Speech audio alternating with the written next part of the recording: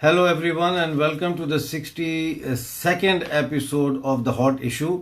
आज 2 दिन के बाद हमारा फेसबुक पेज उन्होंने खोल दिया है,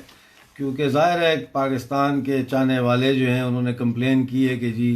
हमने इसके ऊपर कोई हेट स्पीच की थी। तो हमने अपील की थी तो वो मंजूर हो गई, क्योंकि हमने तो कोई हेट स्पीच नहीं की है, क्योंकि ये हमारा वतीरा नहीं। बहरहाल जैसा कि आप जानते हैं कि होम मिनिस्ट्री जो है इंडिया की, उसने कल ये ऑर्डर दिया है कि वादी जो है कश्मीर, वहाँ से 10,000 जो है वो सेंट्रल जो पुलिस आर्म्ड पुलिस फोर्स है उसके 10,000 जवानों को वहाँ से वापस भेजा जा रहा है उनकी यूनिटों में। मोस्टली बिहार से उनका ताल्लुक़ है और ये अभी तक की, जब से इंसर्जेंसी शुरू हुई है अब तक की सबसे बड़ी जो है ये मूवमेंट है इंडियन ट्रूप्स की, जो वादी से बाहर जा रहे हैं। और इसका ये इस बात का मुंह बोलता सबूत है कि अब धीरे धीरे वादी में जो है वो अमन बहाल हो रहा है। और मैं यहाँ आपको ये भी बताता चलूँ कि बेशुमार जो स्लीपर सेल थे श्रीनगर में और गिरदोनवा में जो डिस्ट्रिक्ट्स हैं, वो स्लीपर सेल्स बर्स्ट हो चुके हैं। अब मज़ीद स्लीपर सेल वहाँ पर मौजूद नहीं हैं। इसके अलावा पाकिस्तान की तरफ से जो मुसलसल दहशतगर्द और इन्फिल्ट्रेटर्स जो है वो आ रहे थे, उनका भी सख्त जो है वो मुकाबला किया जाता रहा है, जिसकी वजह से उसमें भी खासी गिरावट देखने में आई है। दोस्तों साथियों, आप जानते हैं कि पाकिस्तान के अखबारों में ये ख़बर छपती है कि आज 3 कश्मीरी जो है वो भारतीय फ़ौज के ने शहीद कर दिए, और आज जो है वो घर घर तलाशी में 2 नौजवानों को जो है वो गिरफ़्तार कर लिया। इस तरह की ख़बरें, दरअसल जिनको ये शहीद कह रहे हैं, ये शहीद नहीं हैं, ये वो दहशतगर्द हैं जो पाकिस्तान ने ट्रेन करके वहाँ भेजे हैं, या जो पाकिस्तान के ट्रेंड शुदा दहशतगर्दों ने वहाँ जाकर श्रीनगर और गिरदनवा के जो डिस्ट्रिक्ट्स हैं वहाँ के मकामी नौजवानों की ब्रेन वाशिंग करके उनको अपने साथ दहशतगर्दाना कार्रवाइयों में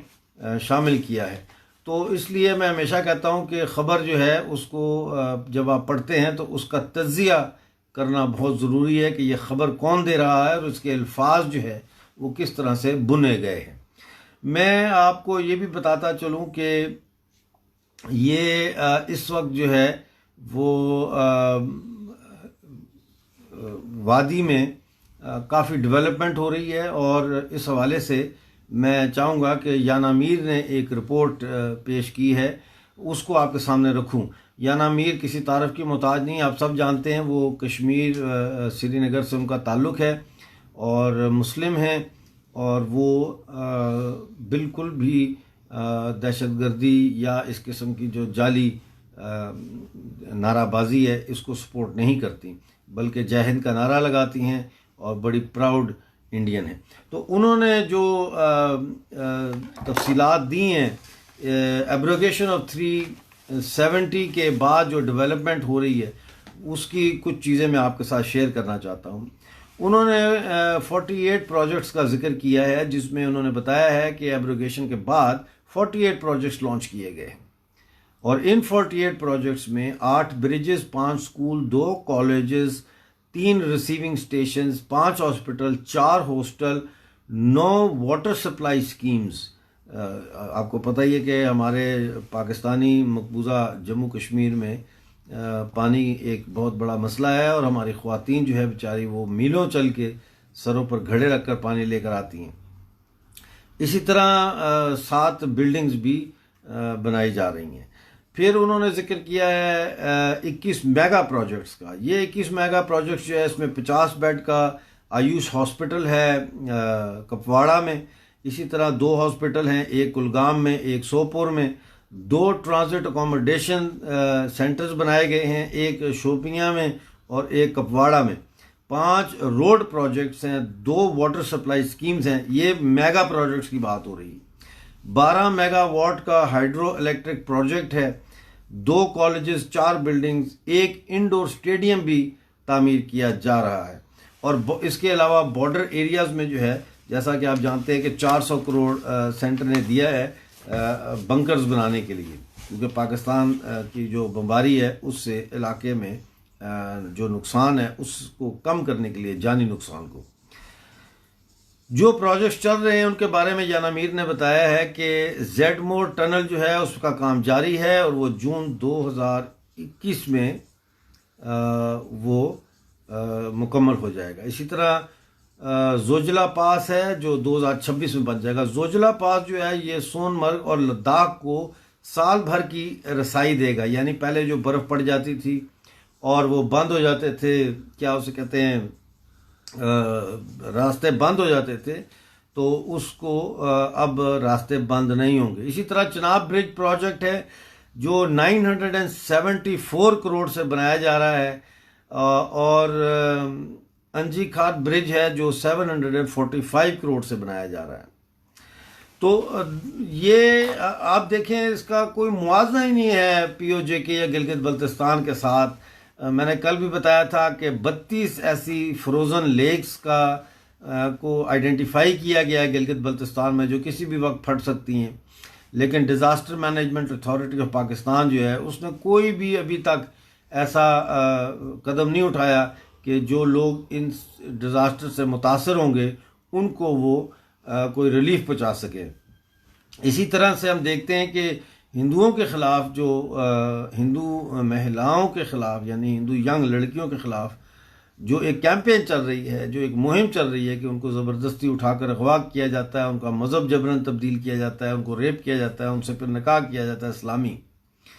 तरीके से। तो इसी सिलसिले में आज एक खातून सिमरन के नाम से सिंध में अगवा हुई हैं। उनकी वीडियो इस वक्त वायरल चल रही है। उनके पेरेंट्स जो है, उनके ख़वातीन जो है फैमिली की, वो पीट रही हैं, रो रही हैं और फरियाद कर रही हैं, लेकिन उनकी फरियाद सुनने वाला गालबन अभी कोई नहीं है। मैं आपको ये भी बता दूं कि ये जो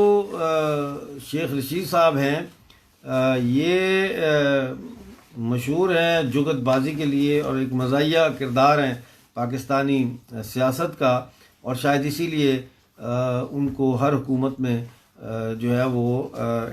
मिलिट्री इंटेलिजेंस शामिल करती है ताकि थोड़ा सा जो है वो लोगों का दिल बहला रहे। उन्होंने आज एक वीडियो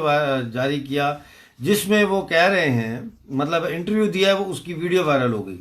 वो कह रहे हैं कि हम अब जो वॉर होगी इंडिया के साथ वो कन्वेंशनल वॉर नहीं होगी बल्कि न्यूक्लियर वॉर होगी, और हमने जो है वो टारगेट कर लिए हैं इंडिया के डीप इनसाइड तक जो है हम मार सकते हैं, और हमारे जो न्यूक्लियर बम है वो ऐसे बम है कि हमने ये उसमें किया हुआ है कि वो मुसलमानों को नहीं मारेंगे, वो सिर्फ जो है वो दूसरों को मारेंगे, मुसलमानों को कोई नुकसान नहीं है उससे। तो ये तो एक ऐसी टेक्नोलॉजी है कि अभी तक ना अमेरिका के पास है, ना रूस और ना चीन के पास है।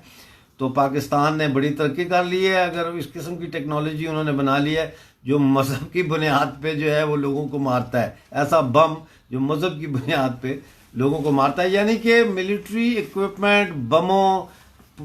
गोलियां, ये सारे जो और माइंस जो है इनको भी दो कौमी नज़रिए के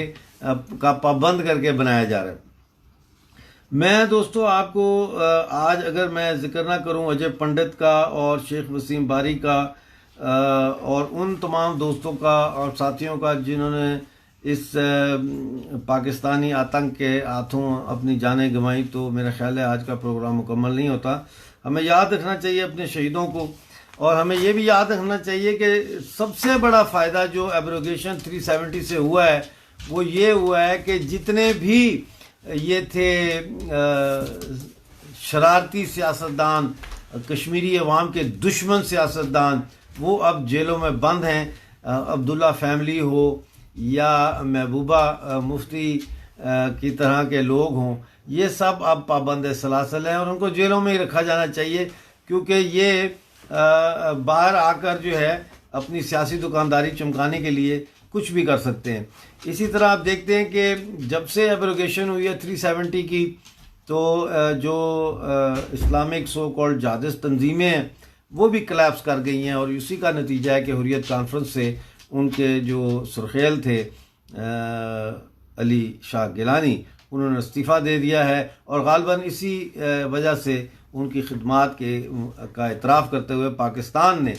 जो है वो उनको निशाने पाकिस्तान से नवाजने का ऐलान किया था। दोस्तों, इसी तरह हम देखते हैं कि जो वादी है वहाँ पे JKLF का मुकम्मल तौर पर ख़ात्मा हो चुका है। बड़ी तादाद में लोग जो है जो JKLF के सहर में मुब्तला थे वो अब ये समझ चुके हैं कि JKLF का ना सिर्फ हिंदू पंडितों के कत्लेआम में बड़ा रोल था, बल्कि कश्मीर की तबाही और बर्बादी और सैकड़ों नौजवानों के जो हलाकतें हुई हैं उसमें भी उन्होंने बड़ा किरदार अदा किया। देखना ये है कि POJK के लोग कब JKLF के जो जम्मू कश्मीर लिबरेशन फ्रंट जो है यासीन मलिक और तौकीर गिलानी साहब वाली, वो कब इसके सहर से ख़ुद को आज़ाद करते हैं, वो कब देख सकते हैं या देख पाते हैं, या कब उनको पता समझ आती है इस बात की कि JKLF पाकिस्तान की C टीम है। यानी पाकिस्तान की जो A टीम थी वो थी जहादी तंजीमें, पाकिस्तान की B टीम जो है वो हुर्रियत कॉन्फ्रेंस और जहाद काउंसिल और महबूबा मुफ्ती और शेख अब्दुल्ला, ये लोग पाकिस्तान की B टीम थे, और पाकिस्तान की C टीम जो है वो JKLF थी। और आज जो JKLF को दोबारा से ज़िंदा करने की कोशिश की जा रही है पाकिस्तानी मकबूजा जम्मू कश्मीर में, वो भी पाकिस्तान के ही ISI की कहने पर उसको दोबारा से जो है वो रिवाइव करने की कोशिश की जा रही है। लिहाजा आप देखते हैं कि वो जो है आजकल काफ़ी एक्टिव होने की कोशिश कर रहे हैं। लेकिन मुझे यकीन है कि मेरे जो मीरपुर शहर और मुजफ्फराबाद, कोटली, भिंबर और ये बाग वगैरह जो हमारे शहर है, यहाँ के नौजवान जो है वो अब अमन चाहते हैं, वो अब जम्मू कश्मीर के मसले का हल चाहते हैं, और इसीलिए वो मेरी वीडियोस को वायरल करते हैं, क्योंकि मैं उम्मीद की बात करता हूँ, मैं भारत के साथ जम्मू और लद्दाख के साथ जुड़ने की बात करता हूँ, मैं दहशतगर्दी के ख़ात्मे की बात करता हूँ, और मैं अपने साथियों को, अपने नौजवानों को ये यकीन दिलाता रहता हूँ कि उनके पास खोने के लिए कुछ नहीं, लेकिन पाने के लिए पूरा हिंदुस्तान है।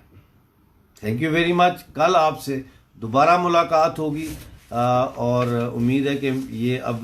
दोबारा फेसबुक वाले इसको बैन नहीं करेंगे मेरे पेज को, तो कल आपसे दोबारा मुलाकात होगी। अपना बहुत सारा ख्याल रखिए।